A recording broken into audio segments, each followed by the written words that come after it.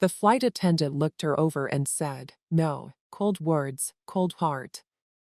What she didn't know was that the woman's daughter was sitting just a few rows behind her, and she owns the airline. Before we start the story, let us know where in the world you're watching from today, and if you like stories like this, don't forget to subscribe and turn on the notification bell so you never miss an upcoming story. Margaret walked slowly onto the plane while holding her worn-out leather purse in one hand. She carefully walked and stood, but her eyes showed signs of age and long flights. Her coat was buttoned up to her neck, but the cool air inside made her fingers curl tighter around the strap of her bag. She stalked at seat 2A, looked at her ticket, and then sat down gently. The seat felt soft, the space was big, and it was quiet in first class. She put her bag under the seat in front of her and folded her hands on her lap, trying to get closer to the front of the cabin. The lead flight attendant, Brooke, watched from her seat. She wore a sharp uniform, had shiny shoes, and a face that always seemed to have a hint of impatience. Her eyes moved around the cabin until they landed on Margaret, an older black woman who was quiet and by herself. Brooke's gaze lingered, and her expression couldn't be read. She tilted her head slightly as if something didn't fit, but she didn't say anything. "Not yet," she said. Margaret leaned back, took the thin blanket off the seat, and spread it out across her knees. It barely reached her ankles, and the cold air brushed against them. She hesitated for a moment, then pressed the service button, which made a soft ding. She waited with her eyes still on her lap until Brooke arrived with a tight smile and a cold voice. Margaret looked up with a small nod and said, "Sorry to bother you, it's a little cold. Could I have an extra blanket, please?" Brooke stared at her for half a second longer than she had to. "We only give one per passenger," she said. The older woman turned away before Margaret could say anything else. She watched her walk down the aisle with her hands still folded neatly in her lap. She didn't sigh, roll her eyes, or press the button again. She just sat back and looked out the window across the aisle. A man in a dark gray suit named Grant looked up from his phone. He saw what had happened and his jaw tightened for a moment, but he didn't say anything. He lowered his eyes and tapped the screen again to pretend to scroll 2 rows behind Margaret. Delilah was young, confident, wearing black pants and a cream blouse, and her hair was pulled back into a low bun. She had a tablet in one hand and a phone in the other. She hadn't looked away since Margaret asked for the blanket, and now she quickly moved her thumb over the screen of her phone to send a message. She didn't show any emotion, she just put the phone face down on the tray in front of her and stared straight ahead. Brooke continued down the aisle, offering drinks and adjusting tray tables while smiling widely at the couple in 2C and 2D. "Is there anything else?" she asked them sweetly. "Of course, I'll bring you another one." She walked by Margaret again without a word. Margaret stayed silent, her hands stayed still, and her face stayed calm, but there was a change in the look behind her eyes. It wasn't anger, it was something heavier and older, the kind of quiet that comes from years of small humiliations like this. No one else seemed to notice as the plane doors closed. The captain's voice echoed through the cabin, the usual safety instructions played, and the engines began to rumble. Brooke was still smiling and making jokes while handing out drinks. She had no idea that the woman she had just fired had more power than she could ever imagine. As the plane took off, Margaret sat quietly in her seat with her eyes closed and her hands resting on the blanket that had been folded neatly across her knees. She hadn't said a word since the flight started, but something in the air around her had changed. It was the silence of someone who had seen too much and learned long ago that. Delilah stayed in her seat 2 rows behind, didn't touch her drink, and did a look at the movie screen in front of her. Her eyes were fixed forward. She had seen how Brooke treated her mother, Margaret, who wasn't just a random passenger but Delilah's mother. This wasn't the first time she had seen her mother treated like she didn't belong, but it was going to be the last. Delilah picked up her phone and sent another message, this time to someone inside the airlines. Executive team, simply notify the captain that I want the flight supervisor in the cockpit in 5 minutes and use my name. Brooke walked by Margaret again, this time giving her a quick glance. Still no request, no argument, no reaction. It bothered her in a strange way. She had been expecting a little resistance, a comment, a complaint, or something to explain her coldness, but the woman just sat there like it didn't matter. The silence started to get to Brooke's nerves as she walked by the cockpit. A chime went off, and one of the co-pilots picked up the phone and nodded once. We just got a message from ground command that Delilah Monroe is on this flight and needs to talk to you right away. The captain looked up sharply at Monroe, and the co-pilot nodded, yes, that Monroe. The mood in the cockpit changed instantly. The captain adjusted his headset and opened the private channel, telling the lead flight attendant to come up.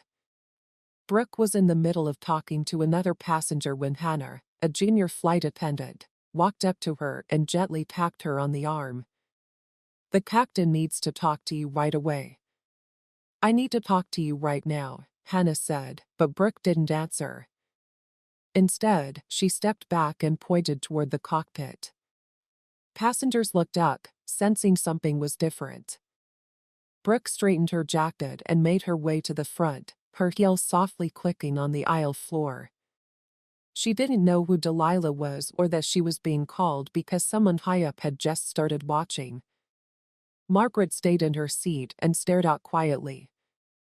The window she hadn't moved or spoken out loud, but she knew Delilah was in charge, and Brooke had just walked into a storm. Brooke walked into the cockpit confused, but she tried not to show it. The captain didn't smile or even stand up. He just looked at her with a calm, unreadable face and asked, "Do you know who Delilah Monroe is?" Brooke paused and then said, "No, sir." "Should I?" The captain slightly leaned forward and said, "She's the CEO of this airline. She's sitting in 4B. You just walked past her 3 times." The words hit like a slap. The Brooke blinked and her throat tightened. "I didn't know she didn't introduce herself. She wasn't supposed to," she said. The captain replied that she was here as a passenger quiet private, but now she's watching you closely. The Brooke's chest started to rise and fall faster. "Did I do something wrong?" she asked. "That's what we're going to find out because she just sent a direct message to the operations team with your name in it." "What did I do?" The Brooke's voice was strained. "Do you remember refusing an extra blanket to a passenger in 2A?" Brooke's mouth opened, but she couldn't say a word. The cold tone, the dismissive look, and the way she turned her back on the woman before she could say anything flashed through her mind. "I didn't mean anything by it," the woman said quickly. "It's just policy." The captain cut in, "And even if it wasn't policy, the way you handled it wasn't. You embarrassed a first-class passenger, who turned out to be the mother of the woman who owns this whole airline. You have 10 minutes to explain your behavior, but I can already tell you that Delilah doesn't seem like the type of person who is willing to accept excuses." Brooke swallowed hard. The cockpit walls felt tighter now. Her confidence, which had been so strong just minutes ago, was starting to break. She nodded stiffly and turned to leave, trying to keep her step steady. Back in the cabin, Margaret was still sitting quietly. Her expression hadn't changed, but her silence now felt like steel, the kind of silence that didn't ask for justice because it expected it. Delilah hadn't moved either. She sipped her water and set her eyes on the ground. Everyone else on the plane still didn't know what was going to happen, but Brooke's flight had just started going in a very different direction. Brooke stepped out of the cockpit with a pale face and her hands tightening around the sides of her skirt. The aisle she had walked with confidence moments before now felt longer and heavier. Passengers were still quietly sipping drinks and reading magazines, unaware that something serious was happening just feet away. As she passed row 2, Brooke's eyes lit up. She looked at Margaret, who was still sitting there, silent, and looking out the window as if none of this was important to her. But something about her stillness bothered Brooke. Before it felt unimportant, now it felt powerful. She walked past Margaret, trying not to make eye contact, and then stopped in row 4. Delilah was sitting there, alert and calm, watching without anger but steadily, like someone who didn't need to raise their voice to change everything around them. Brooke managed a polite smile and said, "Miss Monroe, I'm sorry I didn't know." Delilah held up one hand and said, "Sit down." Brooke blinked and said, "I'm still on duty, ma'am." Delilah didn't raise her voice, but the tone of her voice was enough to make a few people look up. Brooke hesitated, then slowly slid into the empty seat across the aisle. Her hands were shaking a little, but her spine was straight. Delilah leaned forward a little and said, "I didn't come on this flight to be noticed. I wasn't here to pest anyone, but you failed anyway." Brooke swallowed hard, her voice barely above a. "There wasn't a misunderstanding," Delilah told Brooke straight out. "You looked at my mother, judged her, and decided she didn't belong." Brooke opened her mouth to speak, but Delilah stopped her. She asked for something simple, a blanket, and instead of helping her, you chose to humiliate her in front of everyone and walked away like she didn't matter. Delilah's voice stayed calm, but there was something cold under it. "I spent my whole life seeing people treat her like she's invisible, but this time you did it." Brooke's shoulders slowly sank. She could feel the walls closing in on her. Delilah didn't blink. "You thought no one was watching? You were wrong." Margaret hadn't moved from her seat, but she didn't need to. Everything she'd ever wanted to say was now being said for her by the one person in the world who would never let her be treated like less. Brooke sat frozen, not knowing what to say or if there was anything left to say, and the flight was still hours away. It had been a long day, and she didn't realize how her words came across. She wanted to defend herself by saying that it had been a long day, but none of those excuses seemed safe to say out loud. Delilah didn't look away, and her expression didn't soften. "You know what's sad?" she asked quietly. If she had been loud, if she had raised her voice or caused a scene, you probably would have taken her more seriously, but because she stayed quiet, you felt safe dismissing her. Brooke jerked, but Delilah continued, "You didn't just break company policy. You broke the one rule we don't ever forget: disrespect." Brooke's mouth opened and closed, and her breath came out shaky. "I didn't mean to," Delilah said, cutting her off. "Yes, you did. That's the part you need to admit to yourself. You saw an older black woman sitting alone in first class, and you assumed something didn't add up. You assumed she didn't belong." "It wasn't about race," Brooke said. "Then what was it about?" Delilah asked. "She didn't try to impress you with her age, her clothes, or the way she behaved. You saw her and made a decision that had nothing to do with her ticket, her matters, or our policy." Around them, other passengers were starting to notice the tension. Some tried not to stare, while others whispered and exchanged glances. The air in first class had changed, something heavy now hung between the rows, but no one dared say it out loud. Margaret sat in her seat, still looking out the window. Her face was calm, but her hands were shaking. She had her hands tightly folded in her lap and could hear her daughter talking to the flight attendant. She didn't say anything, but she knew that every word was going exactly where it needed to. Brooke leaned forward a little, her voice shaking. "Please tell me you've worked for this airline for almost 9 years, gotten perfect reviews, trained new staff, and never been written up." Delilah nodded slowly. "And you thought that would protect you?" Brooke looked away. "That's the problem," Delilah said. "You thought being kind wasn't required and that policy could be used to hide your bias." Delilah said, "You should apologize to her, but not because you want to fix the problem or keep your job.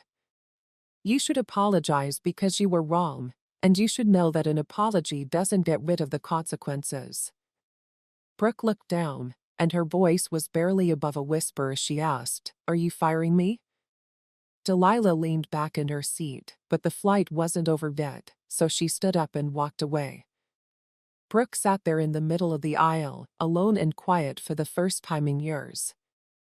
Passengers watched Delilah walk by, not sure who she was but able to tell that the balance of power in the cabin had changed. Delilah stopped at her mother's seat, put her hand on her shoulder, and spoke softly. Margaret looked at her daughter and gave her the tiniest nod, a sign that they understood each other without saying a word. Delilah then went back to her seat, leaving Brooke to stand still and stare ahead. Nothing as the engines hummed under the rising tension in the air. What she didn't know or realize yet was that this was just the start of her fall. The cabin fell into an uncomfortable silence. People moved around in their seats pretending to read or watch movies, but their eyes kept drifting to the front of the plane. Everyone could feel it, the cold shift in the air and the heavy silence after Delilah left. Something serious had happened, and even though no one knew the whole story, they knew enough to stay quiet. "Pay attention." Brooke stayed seated across from where Delilah had been. Her shoulders were tense, her jaw was clenched, and her hands were resting on her knees but slightly shaking from the tension in her fingers. She wasn't used to sitting, she was used to moving around giving orders and controlling the rhythm of the flight, but now she sat like a passenger waiting for something she couldn't control. Hannah, the junior flight attendant, peered down the aisle from the galley. She looked like she wasn't sure whether to approach or stay back. She had seen Brooke run that. Hannah walked up to her slowly and leaned down to ask, "Are you okay?" She had been in the cabin with competence and control, but now she saw her shrink into herself, scared. She asked softly. Brooke didn't answer right away. She blinked rapidly like she was trying to hold something in. "Do you know who she is?" she finally whispered. Hannah nodded. "Delilah Monroe. I didn't recognize her at first, but I do now." Brooke exhaled slowly. "I didn't know. I just thought she was another passenger." "She's a passenger, and so is her mother," Hannah said in a quiet but sharp voice. "It was just a blanket. I didn't think you didn't think she mattered," Hannah said, and Brooke's face tightened. Hannah stood up and walked away, leaving Brooke with the sting of those words hanging in the air back in her seat. Delilah scrolled through her messages when a notification came up with a report from the ground team confirming that the incident had been recorded. She replied with a simple "wait until landing, and I'll decide," and she didn't look angry. Delilah didn't yell or threaten, she just watched, remembered, and acted when it mattered, and anyone who had worked at the airline long enough knew that when Delilah got involved, things didn't end quietly. Margaret moved a little in her seat and pulled the blanket up to her waist again. She wasn't cold anymore, not because the cabin had warmed up, but because she could feel her daughter's presence behind her, like a quiet shield. She didn't look back, she didn't need to. The man in the gray suit Grant had stopped pretending to read and was now watching Brooke through his glasses. He had seen her turn her back on the older woman and refused to talk to her. He then reached down and turned off the movie screen in front of him, realizing that whatever movie he had chosen wouldn't be more interesting than what was happening right now. Brooke finally stood up and walked stiffly toward the front galley, trying to calm down. As she did so, she passed Margaret and for the first time their eyes met. When their eyes met, Brooke hesitated and opened her mouth a little as if she wanted to speak, but Margaret's gaze stayed on her. It wasn't angry or hurt, but disappointed in a way that made Brooke's chest tighten. She looked away and kept walking through the galley, splashing cold water on her face from a bottle to calm herself down. This wasn't supposed to happen. She had been working for the airline for almost 10 years, learned the rules, trained new crew members, and earned seniority. But one mistake, one moment of coldness, and it was all falling apart. Delilah was sitting with a folder in her lap, sipping water, and the storm she had started was still calm and quiet. Brooke turned away, her heart beating faster than it had in years. She had seen other crew members get fired before, she had even reported some herself. But this time she was the one being watched, judged, and measured, and she knew she didn't measure up. The flight wasn't even halfway over, the seatbelt sign was off, and the passengers were still, but the air inside the cabin kept. As the plane got heavier, Brooke leaned against the galley wall and closed her eyes. She knew now that this wasn't just a mistake, it was the start of the end. The hours in the air felt longer than ever before. Every time Brooke tried to move around the cabin, people were looking at her with interest, judgment, and quiet pity. She wasn't used to being the center of attention. Usually she was the one correcting others and reminding them of. She walked with her hands clasped behind her back and her throat dry every time she passed row 2. Margaret hadn't said a word since getting on the plane. She hadn't touched the call button again, she just sat with her hands folded and her eyes moving between the window and the seat in front of her. But she knew that her silence was having an effect. It was louder than any complaint could have been. Her dignity hadn't moved, her silence had power, and now the whole crew was feeling it. Delilah closed the folder on her lap and carefully put it in her carry-on. Her phone rang, and when she looked at it, it was a message from her assistant operations ready to receive her report after landing. She didn't answer, so she locked the screen and put the phone face down again. Delilah's eyes slowly moved over the cabin. She saw the nervous looks, the forced small talk, and the way some people were acting like they weren't aware of what was going on. But she also saw the small, subtle changes in people who. She was no longer just ignoring her mother as an older woman in a coat, but as someone who had been wronged. The man in the gray suit stood up and walked toward the bathroom. As he passed Margaret's row, he paused and said in a quiet voice, "If you ever need another blanket, ma'am, I'd be happy to give you mine." The man smiled and said, kind but awkward. Margaret looked at him, gave him a small nod, and then turned back to the window. It wasn't much, but it was an act of respect, and for a moment Grant looked like he was embarrassed that it had taken him so long to say it. Meanwhile, Brooke stood in the rear galley and stared blankly at the intercom button above her. She wanted to call the captain again, but she knew it was too late because her name had already been set. Spoken by someone whose name meant more than anything in the crew manual. There were no instructions for what to do next. She looked at herself in the metal edge of the galley cabinet. Her eyes looked tired and older, and she didn't have the poise she usually had. The voice in her head that used to say, "You're in control," was gone.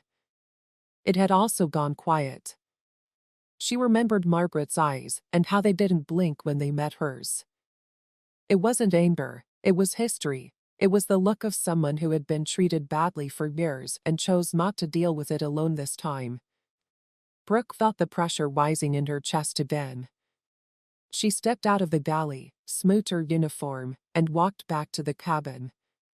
As she passed seat 2A, she slowed down. Margaret didn't turn this time, she didn't even acknowledge her. Brooke bowed a little and whispered, "I'm sorry.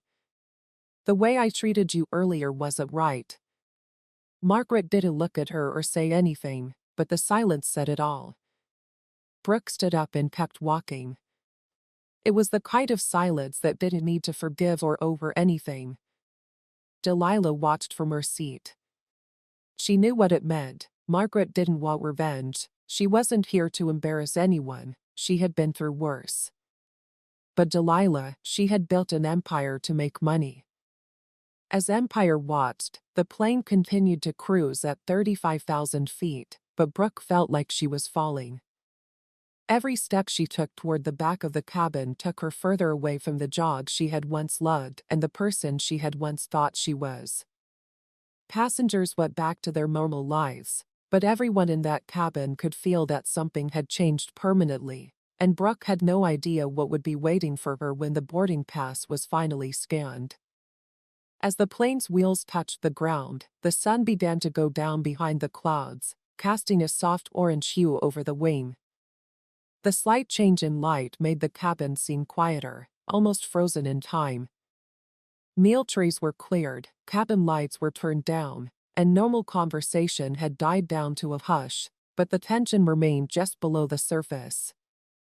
Brooke sat alone in the crew jump seat near the back of the plane. She had been told to stay away from passengers for the rest of the flight. It wasn't a suggestion, it was a quiet order.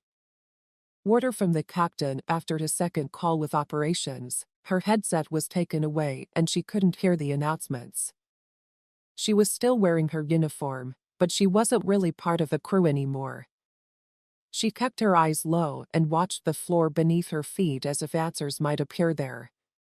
Her fingers shook a little, but she kept folding them tightly together in her lap as if she could hide the panic that was building inside her. A few hours ago, she had felt untouchable, thanks to her years of experience, senior crew, and management's praise. People looked to her for advice, but now no one even looked at her across the cabin. Delilah stayed calm, her face couldn't be read. Every once in a while, she looked at her mother, Margaret, who was sitting with her chin up and her hands neatly clasped. Margaret hadn't said a word to her. She didn't need to. Delilah had seen everything she needed to see in that short conversation with Brooke, and Margaret's silence meant more than any words could have. Margaret wasn't a weak person, she had raised her. Delilah had worked long hours, taken long buses, been talked down to, ignored, and overlooked, but she had never bowed her head, not then, not now. She checked her phone again and got another message from her assistant. HR has flagged the incident. Legal is preparing an internal report. Want us to loop in media relations. She didn't respond because she had already made up her mind and wasn't going to say it through a screen. The captain's voice came over the intercom. A few people on the plane moved around and adjusted their seats, which are normal signs that the flight is almost over, but for Brooke, that announcement wasn't normal, it was a warning. In the back of the plane, she could feel the shift, something final was about to happen. She had been through hundreds of landings before, but this one felt different. Her career, reputation, and everything she had worked for was on the line, and she didn't want to mess it up. She had lost control. Hannah walked past her without stopping, making eye contact or talking. Brooke had taught her how to deal with difficult passengers and ironed her uniform, but now Hannah moved as if Brooke didn't exist, and maybe she didn't in the eyes of the company either. Back in row 2, Margaret buckled her seatbelt, smoothed the edge of her coat, and took a deep breath. Her face stayed calm. She had always dealt with people like Brooke with grace. They liked seeing her hurt, but this time was different. This time her daughter had power. Delilah leaned forward and buckled her own seatbelt. She then glanced at the forward galley and saw that 2 uniformed ground staff had just come in from the jet bridge, as seen through the tiny window in the locked door. They weren't there for routine work. Delilah knew why they had come. She looked back at the plane and saw Brooke sitting there, still staring at the floor, unaware of who was waiting beyond that door. Delilah knew better than Brooke that this wasn't about getting back at her. It was about taking responsibility. And as soon as the plane hit the ground, everything Brooke thought she still had would be taken away, just like when she tried to take someone's dignity without saying a word of hurtfulness. The plane dipped lower, the cabin rumbled softly, and Brooke closed her eyes not because she was tired, but because she knew something was coming that she couldn't stop. The landing gear lowered with a low mechanical hum. As the plane started its final descent, the cabin filled with that familiar soft vibration, but for Brooke, each shift of the engine felt like a countdown. The sound that used to mean routine was now the drum beat to the end of something she couldn't get back. She sat there with her hands clenched in her lap and her eyes fixed on the bulkhead wall in front of her, but her mind was racing so fast that she couldn't hold on to any one of them. Her mouth was dry and her chest felt tight, and she had gone through a dozen different emotions. She thought of different things she could say when the plane landed, but none of them were strong enough to change what was already happening. The captain's voice came back, calm and professional. "Welcome to our destination. Local time is 6:42 p.m. For your safety, please stay seated until the seatbelt sign is turned off. On behalf of our crew, thank you for flying with us." The plane landed softly, and passengers made the usual half-hearted claps, stretched, and pulled out their phones, but unlike on most flights, no one got up right away. There was something thick and charged in the air. In first class, Margaret sat there with her hands folded over her purse and her eyes fixed straight ahead. She wasn't rushing to deep plane and wasn't even looking at her daughter. She just sat there proud and quiet, as if she already knew what would happen next. Delilah slowly unlocked her seatbelt and stood up. She didn't rush to get her things. Instead, she took out her phone and sent one last message before putting it in her pocket, slightly turned. Waited for the front door of the plane to open with a sharp click. The air from the jet bridge felt cooler and fresher, but what came in next made the whole cabin quiet. Two ground operations officers stepped on board. They both wore dark jackets with airline credentials clipped to their chests.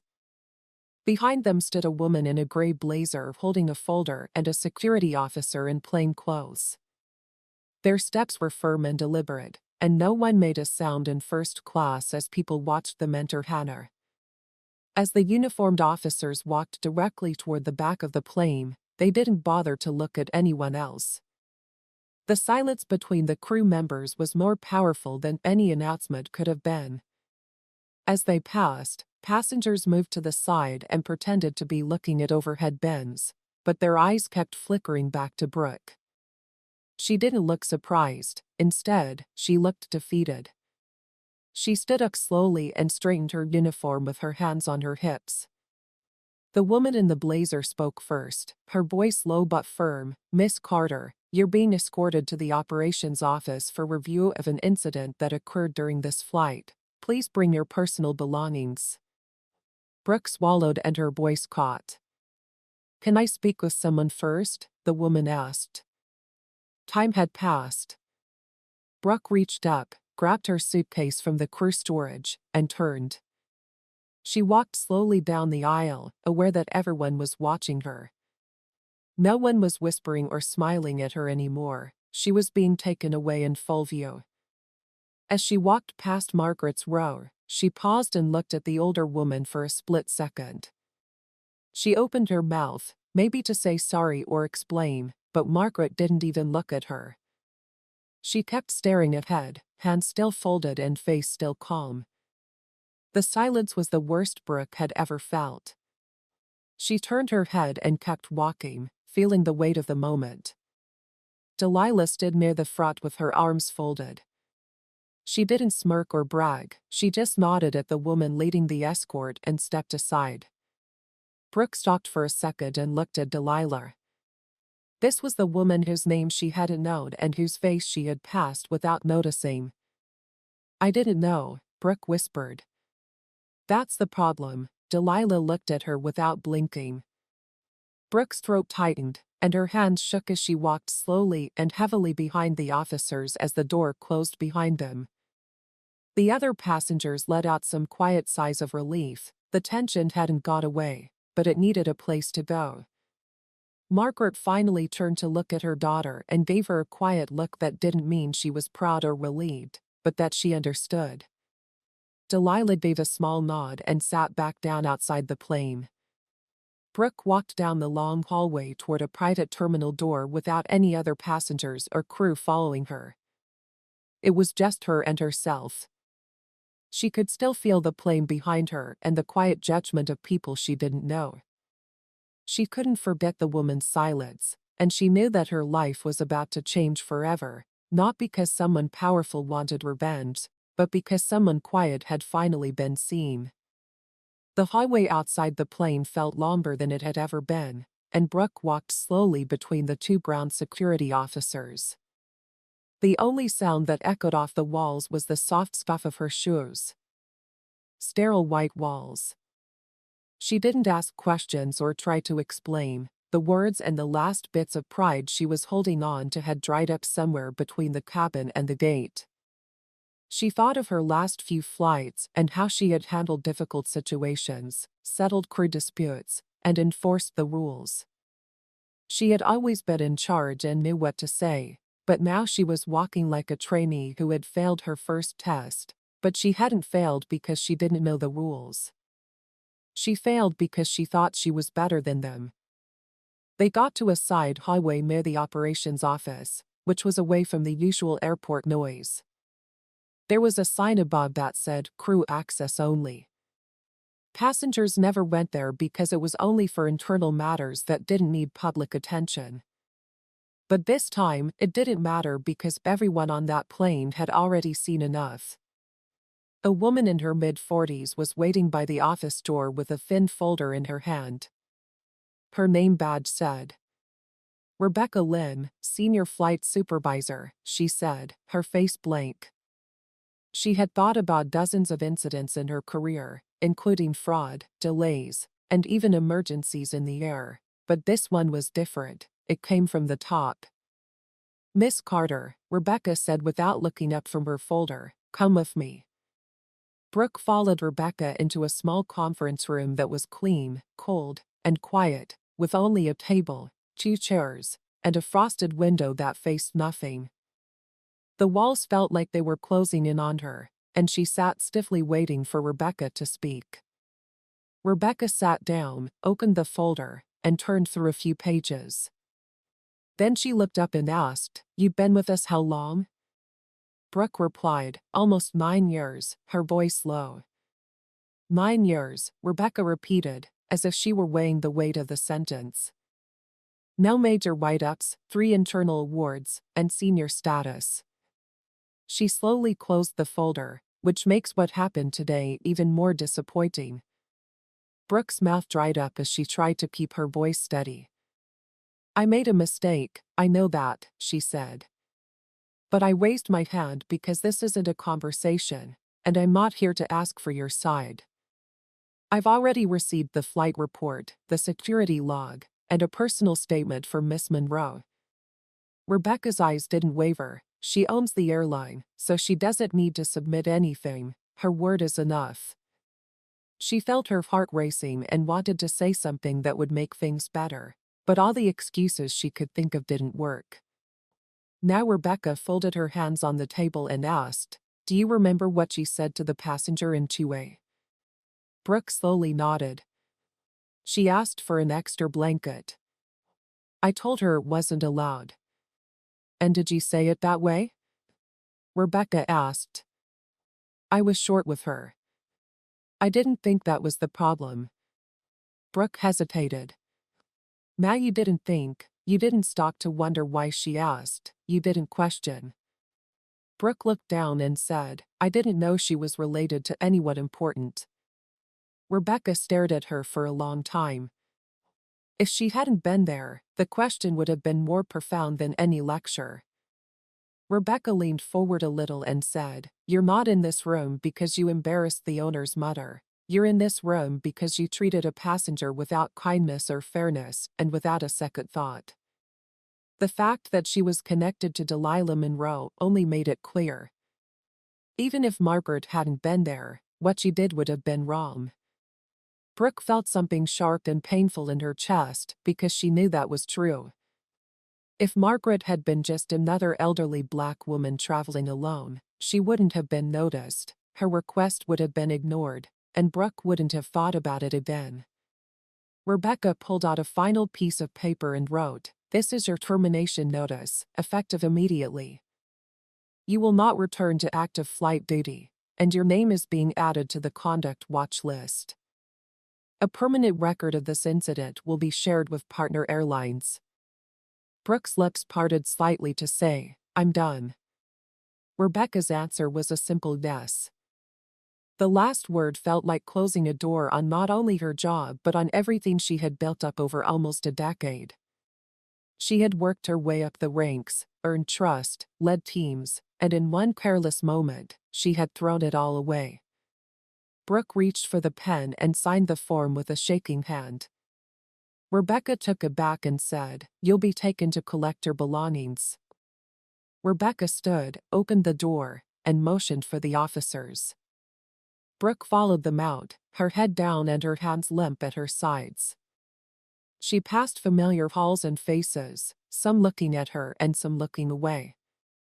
They all knew that her badge would be taken away before she even left the building, that her name would be erased from the internal roster, and that she would be flagged by every airline that mattered, not because she made a loud mistake but because she made a quiet one. Her deep, silent belief that some people were less important than others, and now she was no longer one of those people. Brooke's footsteps filled the staff hallway as she followed the two security officers toward the crew locker room. She had walked this path hundreds of times before, going through these doors at the start of every shift with her badge swinging at her hip, her uniform pressed to perfection, and her head held high. This time, though, her head was bowed, her arms hung heavy by her sides, and as she walked by a group of junior crew members near the vending machines, they looked up at her and laughed, but then they stopped laughing. One of them, a woman Brooke had helped during her first month on the job, gave her a nervous nod of recognition, but Brooke didn't return it because the shame in her chest was too strong. Inside the locker room, her name was still on a small magnetic strip above her assigned unit, and she opened it slowly, as if by hand. Moving slowly, she could put off what was happening. Her extra uniform, flight log, crew guide, and the silver badge she had worn for almost a decade were all waiting for her. She reached in and picked up the badge for a moment, just staring at it for a moment. The weight of it, the years it had stood for, and the authority it had given her, she remembered how proud she had been when she was promoted to senior flight attendant, the quiet celebration at the end of her shift, and the email from her boss praising her ability to stay calm in emergencies. In less than a day, she had made herself into someone important and respected, but now it was all gone. There were no tears, just silence. She took off her badge, put it in a small return envelope that the office staff had given her, and sealed it. She then carefully folded her extra uniform and laid it on the bench, as if she were trying to hold on to a little bit of dignity. But no matter how neatly she folded it or how calmly she spoke, nothing could hide the fact that she wasn't leaving on her own terms. One of the officers stood. While standing near the exit, the officers gave her space but never lost sight of her. This wasn't about suspicion, it was about procedure, and everyone was paying close attention to make sure it was followed exactly. Brooke zipped up her personal bag and took one last look at her locker before slowly closing it. The sound of the door clicking shut felt final, like the end of a book with no way to go back to the beginning. She stepped back into the hallway and the officers flanked her again. No one spoke as they led her through a service corridor toward a side. There was no goodbye, debriefing, or thank you for your years of service at the entrance used by the crew. There were only cold fluorescent lights and the hollow echo of her footsteps as they got closer to the exit. A tall window gave her a view of the main terminal, where she could see people laughing and arguing over their bags while waiting for their rides. Among them were people she used to look down on, because she thought she was part of the polished crew who moved through secure doors and private lounges, but now she was just another passenger. She saw Delilah and Margaret standing near the VIP pickup lane. A black sedan was already waiting with the back door open, and Delilah was helping her mother into the car. Her movements were calm and respectful, and Margaret didn't look toward the terminal because she didn't need to, her message had already been sent. Delilah gently closed the door and turned toward the glass, not expecting to see Brooke but seeing her anyway. Their eyes met across the distance for a second. Brooke stood there with her bags over one shoulder and eyes heavy with regret. Delilah held her gaze and gave the faintest nod, not of forgiveness but of finality. Then she turned, stepped into the car, and closed the door behind her. The sedan rolled forward smoothly and quietly, leaving Brooke standing alone behind the glass. She walked through the last door of the airport, not the exit for passengers, but a side gate marked "Staff only authorized personnel beyond this point." The door clicked shut behind her, and outside the city lights had started to shimmer. The sky was dark, and the streets were full of people walking home from work. But Brooke had nowhere to go. She stood near the curb, blinking against the cool breeze, not sure if she should call a ride or keep walking. She reached into her coat pocket, pulled out her phone, and opened her contacts list. Dozens of familiar names stared back at her: coworkers, supervisors, training leads, and crew. She tapped on a few and sent short messages. "Can we talk? I need to explain this isn't what it looks like." One by one, they turned red, and none of them replied. She tried calling, but all of the calls went to voicemail. Then she tried one last number, which was for a friend from another airline, someone she had once told with pride about switching careers and moving up the ladder. The voice on the other end of the line said, "I'm sorry, I heard what happened. I don't think I can get involved." Staring at the screen for a second before letting go. Her phone screen dimmed and then went black. She was standing alone on the edge of a world she used to control, not because of an accident or because someone set her up, but because she thought a woman like Margaret didn't belong.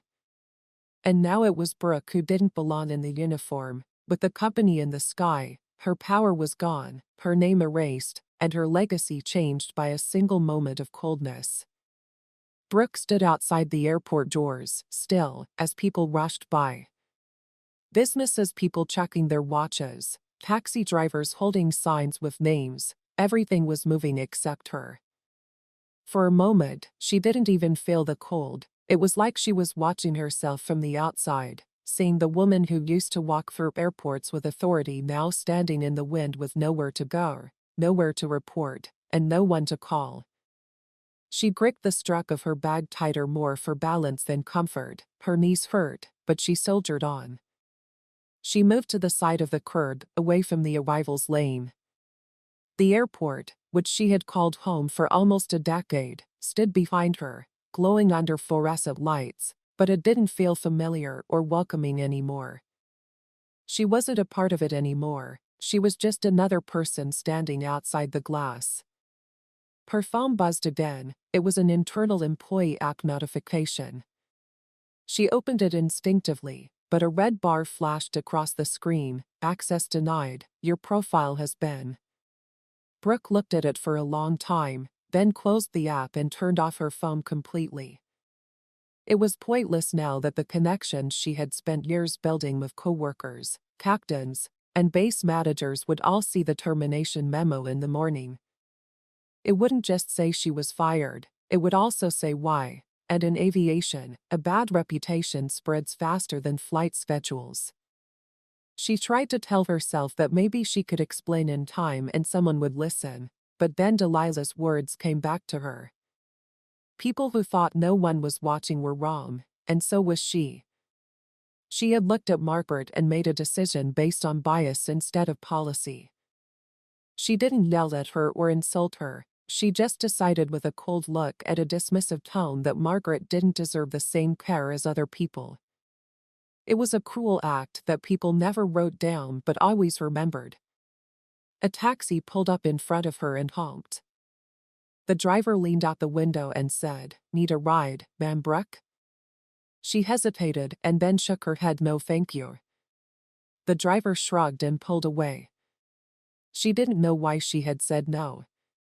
She had nowhere else to go, but she couldn't handle the thought of sitting in the back of a car staring out the window and pretending she was still together. She wasn't anymore. She sat on the cold metal bench near the sidewalk, the kind of place people only sat when they were waiting for someone else to arrive, not when they were leaving with all their things in one bag.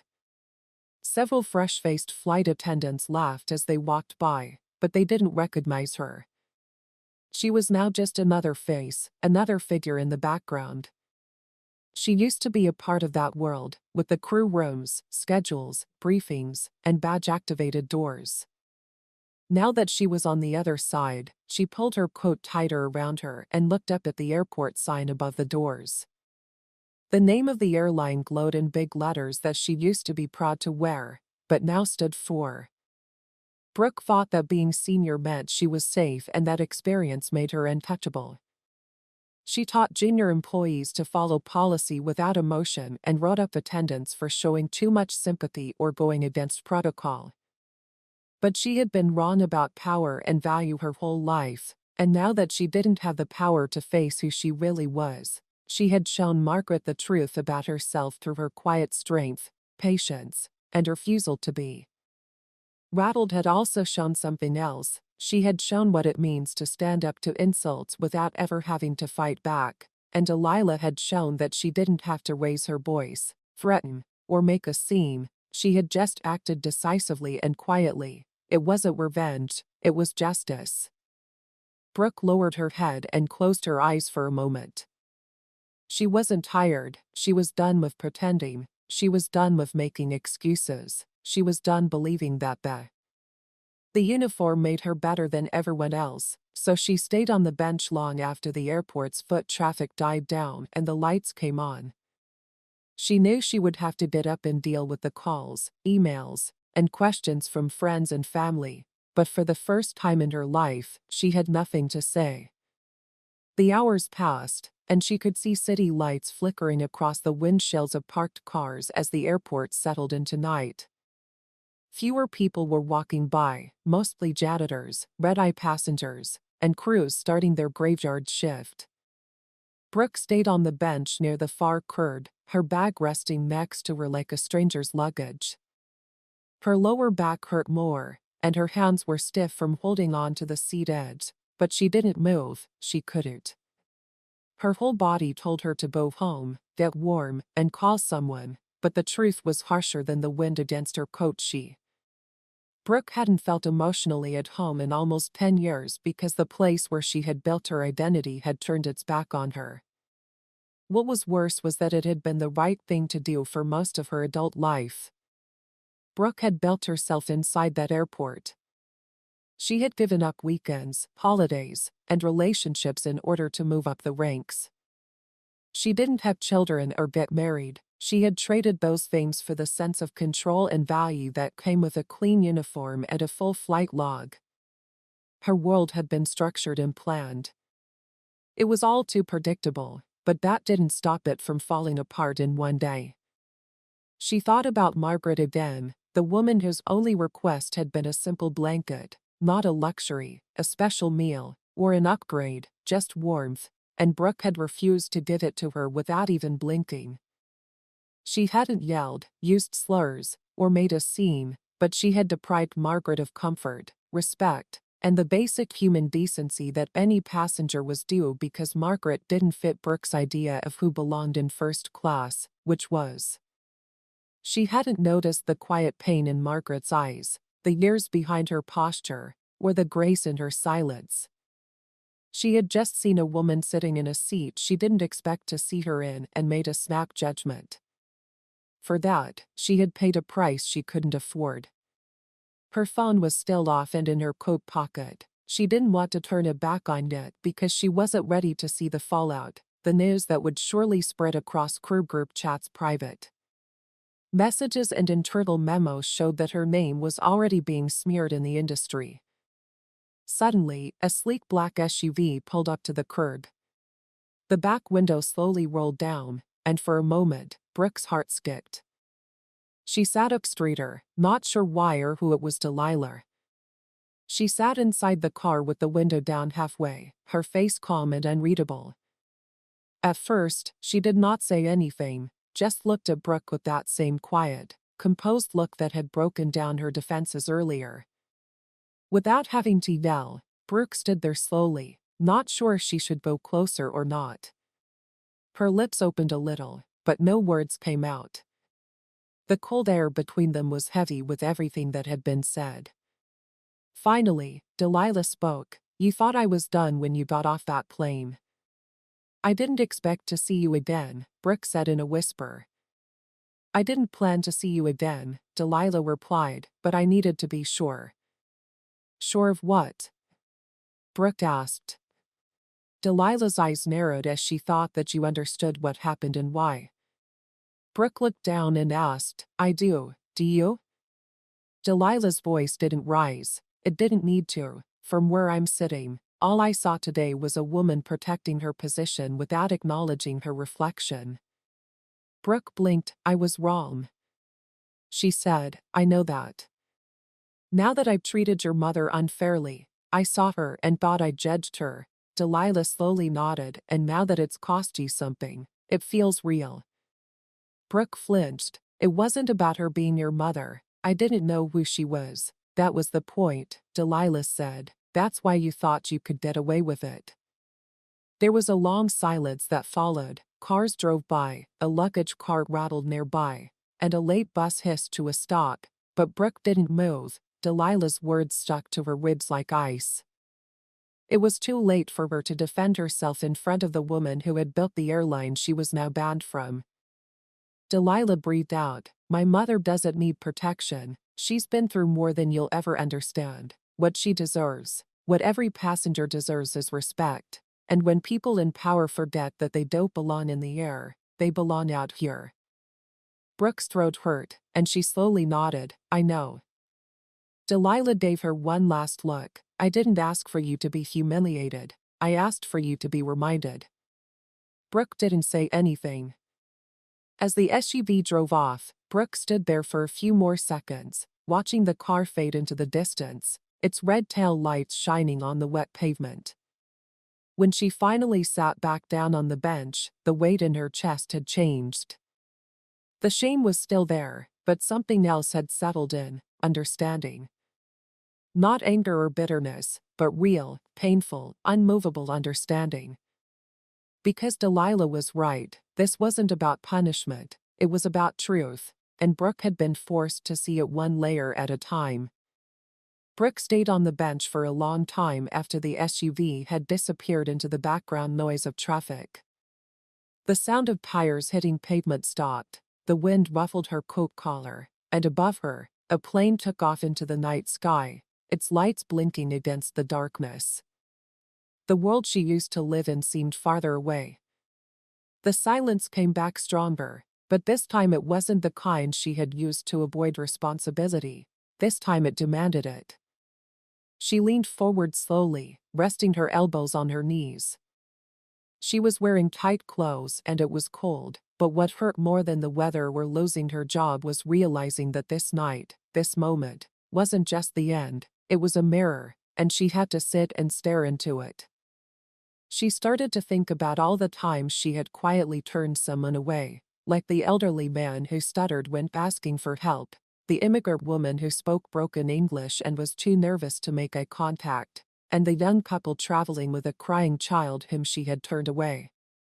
People who didn't fit her idea of a first-class traveler were judged by her short answers and tight smiles.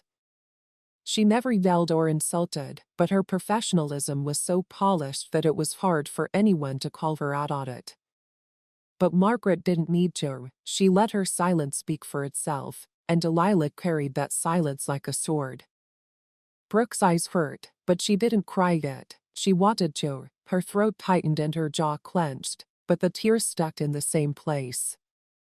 The truths she had been avoiding for years had been living there. She wasn't bad or mean, but she had been careless with people who didn't look like her, talk like her, or dress like her. She had given extra smiles to men in suits and polite greetings to women in pearls, but when someone like Margaret asked for something simple like an extra blanket, she had judged their worth before deciding if they deserved warmth, and that split-second choice revealed more about her than any background check. She stood slowly, her legs stiff from the cold and the wind cutting through her coat, but she didn't flinch. She looked up at the sky, where another plane was rising, its lights blinking steadily in the dark. She followed it with her eyes until it disappeared behind the clouds. Then she walked, not toward the parking lot or the taxi stand, but toward the far edge of the terminal, where the old crew wing used to be but was now closed for renovations. It was there that she had learned the words "remain calm, use discretion, and maintain dignity at all times." She remembered reciting them with other new hires as if they were holy, but over time, something had changed.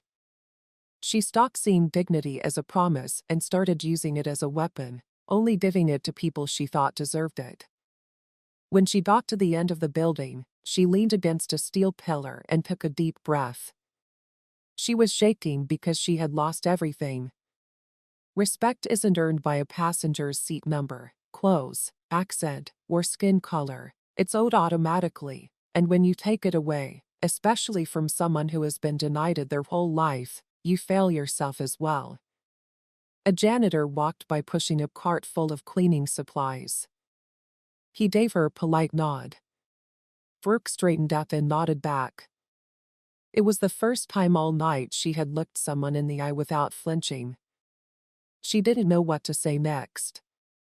She didn't have a job, a title, or even a place to sleep tonight, but she did know one thing for sure. She could never look at someone the way she looked at Margaret that day again, not because of what would happen, but because it was wrong, and she couldn't unsee it. Some lessons came slowly and quietly, while others came in the sharp silence of a woman who had carried too much for too long and decided not to carry it alone. The morning sun crept slowly into the room. As the airport came back to life, shuttles and crew members in clean uniforms made their way through side entrances. Passengers rolled their bags toward the check-in counters while yawning and sipping coffee. The terminal was busy with new beginnings, new destinations, and tight schedules, but none of it was for Brooke anymore. She stood on the pedestrian bridge over the main terminal, her body still and tired, and her coat hung over her shoulder. She had pulled her hair back without thinking about it, and her bag was at her feet. It was the same bag she had carried through hundreds of gates and thousands of miles, but now it was just a bag, a reminder of who she used to be. Below her, in the VIP lane, a familiar black sedan pulled up. It didn't slow down like the others, it moved with quiet confidence, as if it knew exactly where to stop. The driver got out and opened the back door, and Margaret got out.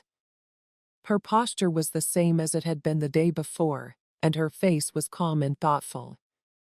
She didn't walk quickly and didn't carry much, just a small purse in each hand and a soft shawl over her shoulders. Her dignity was intact, not because she wanted it to be, but because she had never let anyone take it away. Delilah came up behind her in a simple navy suit, her face focused but gentle, and she walked with her mother, lightly guiding her through the doors. There were no security guards or staff swarming around, just a quiet presence and power without noise. Brooke watched them, her fingers curled slightly around the railing. The weight in her chest was a mix of regret, realization, and an unfamiliar kind of humility. It was the kind of humility that comes from facing yourself, not from being humbled by others. Margaret and Delilah stopped at the entrance and were greeted by a staff member. Brooke couldn't hear what they said, but she could see the respect in the staff member's stance and the warmth in their greeting. Margaret smiled, nodded, and walked in without hesitation. Brooke's eyes stayed on them even after they went into there. Finally, the tears came. They weren't loud or dramatic, they came slowly, as if her body had been waiting for the world to be quiet enough to let them fall without being interrupted. She didn't wipe them away, she let them roll down her cheeks, not because of the job, the uniform, or the shame, but because of the false version of herself she had believed in for too long, the one who thought she knew better, treated some people more gently than others, and wore competence like armor instead of truth. She opened her bag and brought out the old crew manual she had never returned. It had been hidden away for years, untouched. She read through the pages until she found a line she remembered reading on her first day as a flight attendant. We treat everyone with equal care, not because of who they are, but because they are. She stared at that line for a long time, then closed the manual, held it to her chest, and let out a long breath. A breeze blew through the bridge, fluttering the edges of her coat. The sun gently touched her face, warming it but not comforting her. It was a reminder that the world kept going, and whether she found a place in it again depended on who she chose to become from now on. Brooke picked up her bag and walked away from the window, her steps slow but sure. She didn't know where she was going, but this time she wasn't looking for a new job or title. She wasn't trying to save face, or she wasn't thinking about finding another airline to take her. She was walking towards something else, accountability and growth. While the world she had known was gone, the truth she had learned would follow her wherever she went, no matter what she did.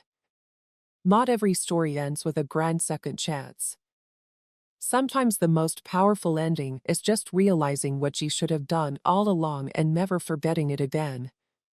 If this story touched you, please like the video, share your thoughts in the comments, and subscribe to the channel for more powerful stories like this.